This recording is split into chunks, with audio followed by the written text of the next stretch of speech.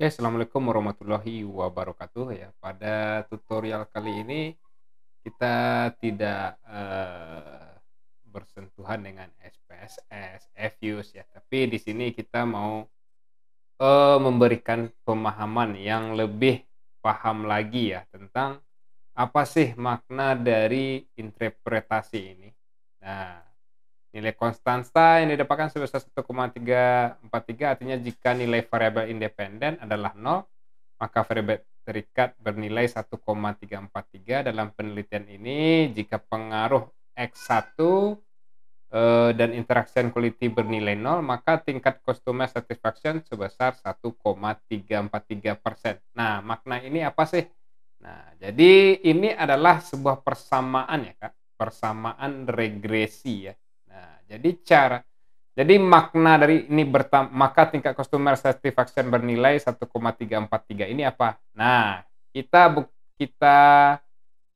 supaya jelasnya kita bikinkan grafiknya ya. Ini kita minimize dulu biar lebih jelas. Nah, kita letakin di sini. Nah, ini dia. Oke, jadi di sini kita bisa lihat ya. Kita bikin di sini X1, X2, X3 dan di sini untuk membuat grafiknya kita harus satu-satu ya. Y1, Y2 supaya lebih paham Y3 ya. Ini cuman maknanya saja ya. Nah, jadi ini kita masukkan rumus ini ya. Kita bikin dulu di sini min 10 ya.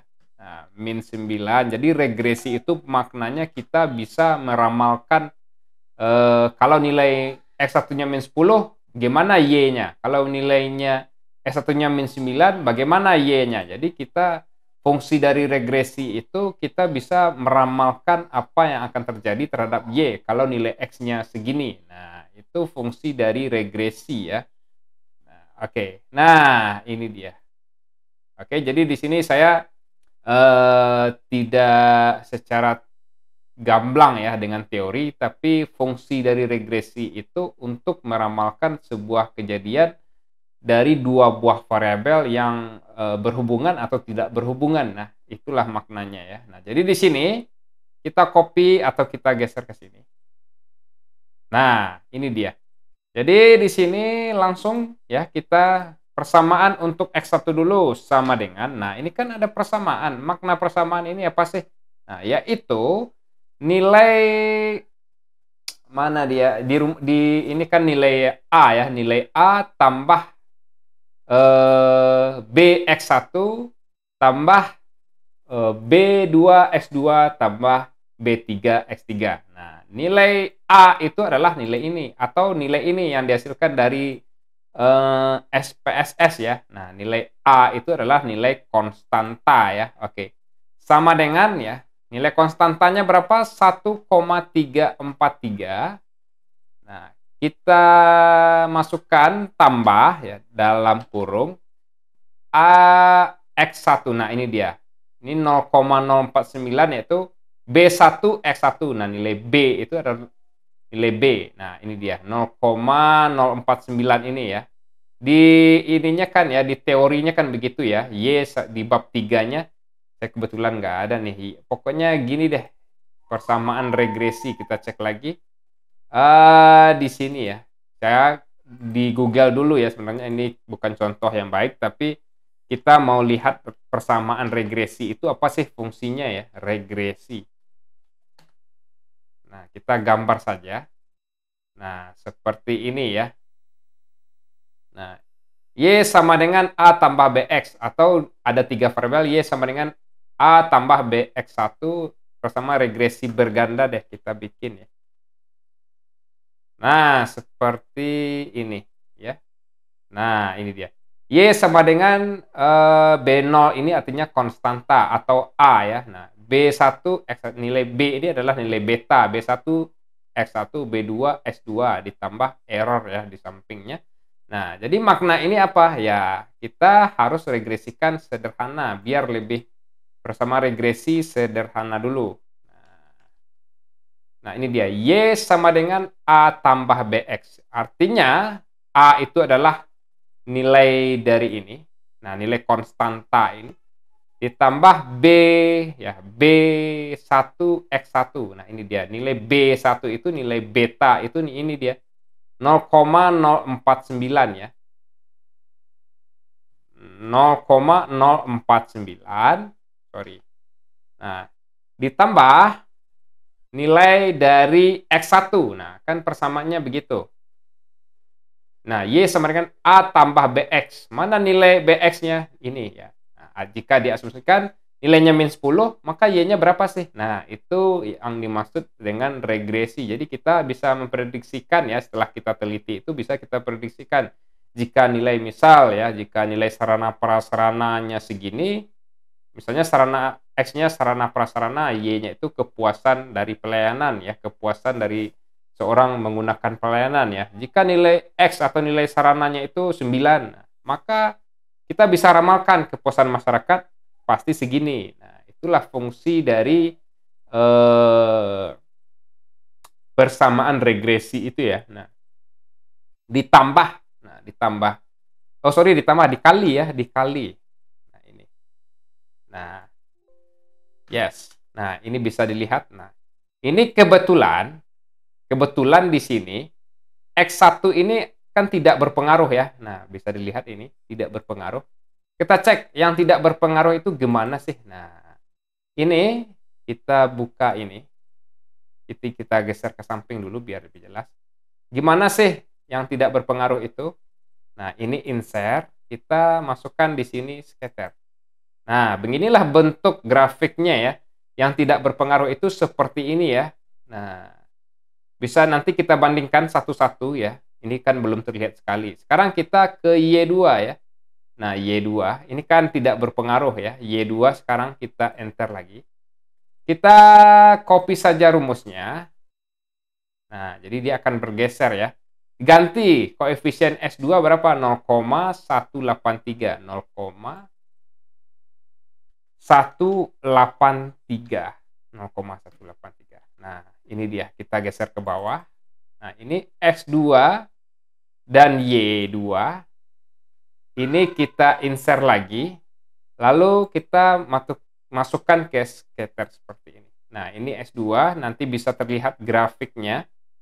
Nah, ini kita kecilkan sedikit biar lebih jelas. Nah, ini terlihat grafiknya. Nah, ini kan sig ya, atau berpengaruh ya. Berpengaruh ya. Nah, sekarang kita ke Y3-nya. Y3-nya copy lagi, kita paste. Ingat, perhatikan di sini 0,297. 0,297. Dia akan otomatis ya, kalau kita copy-copy, ini kan D3. D3 itu yang mana? Ya, ini dia. Ya, dia ngambil nilai S3 langsung.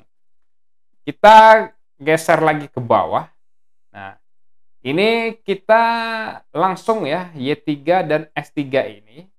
Nah, kita masukkan di sini, scatter. Nah, ini berarti bisa kakak lihat ya, bagaimana perbedaan variabel yang tidak signifikan atau dikatakan tidak berpengaruh ya. Nah, bisa dilihat angkanya di sini. Nah, untuk YX1 terhadap Y ini kan tidak berpengaruh. Bisa kakak lihat di sini. Nilai ini kan min 10, misalnya kita katakanlah sebuah objek itu nilainya sangat rendah ya. Tapi di Y-nya ini orang tetap merasakan seperti yang kita katakan tadi, sarana prasarana terhadap misalnya terhadap kepuasan pelayanan. Nah, di sini nilainya nggak ngaruh ya. Maknanya apa? Di sini kan nilainya min ya, kita katakan nilai X-nya min atau sangat minus sekali. Nah, Y-nya itu kepuasan masyarakat ya tidak berpengaruh. Nah, ini dia. Nilainya tidak ikutan minus ya. Nah, itu yang disebut dengan tidak sig atau tidak berpengaruh ya. Di fungsi dari regresi itu kita bisa meramalkan sebuah objek terhadap variabel yang berkorelasi atau variabel yang ingin kita teliti ya. Nah, contohnya ini. Nah, terus S2 bisa kakak lihat. Nah, ini mulai ya. Artinya ini min 10. Nah, kepuasannya pasti juga akan rendah juga ya. Jadi kita bisa prediksikan kalau sebuah objek itu X-nya begini, itu yang disebut dengan faktor X ya Kak. Pasti Y-nya begini. Ya, contohnya misal faktor X-nya misalnya dia itu misalnya faktor X sebuah objek itu ya punya sarana prasarana yang bagus, punya pelayanan yang ramah, maka Y ya itu yang disebut dengan faktor X, maka Y-nya atau kepuasannya pasti juga akan berpengaruh. Nah, bisa dilihat di sini. Di sini bisa dilihat ya. Nah, yang sick dengan yang tidak sick itu seperti inilah ya. Nah, itu yang disebut dengan makna dari persamaan regresi. Jadi kita bisa meramalkan sebuah variabel yang ingin kita teliti dengan variabel lainnya ya, atau variabel yang memprediksinya ya. Itu disebut dengan variabel prediktor atau variabel dependen. Y itu kan biasa disebut variabel prediktor atau variabel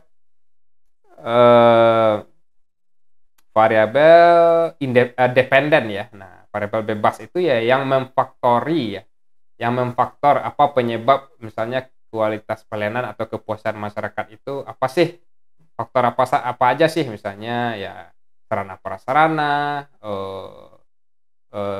kualitas pelayanan begitu ya. Ini contoh ya. Nah, banyak lagi variabel-variabel lainnya. Bisa kakak lihat di sini berdasarkan grafik.